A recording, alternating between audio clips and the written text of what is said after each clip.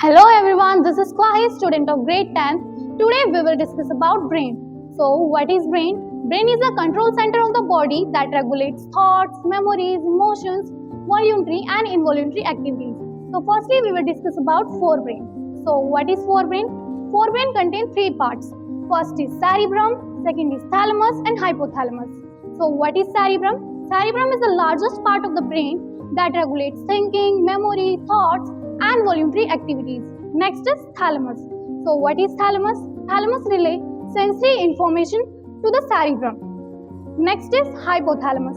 Hypothalamus relays sensory informations and hunger, thirst and emotions. And next is midbrain. So what is midbrain? Midbrain control reflex movement of the body like ear, nose, head, neck, etc.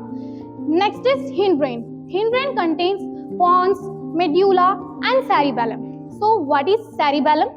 Cerebellum is the largest part of the brain that regulates body balance and muscle movement. And the next is pons. What is pons? Pons control breathing rate and act as a bridge between the different parts of the brain. Next is medulla. So what is medulla?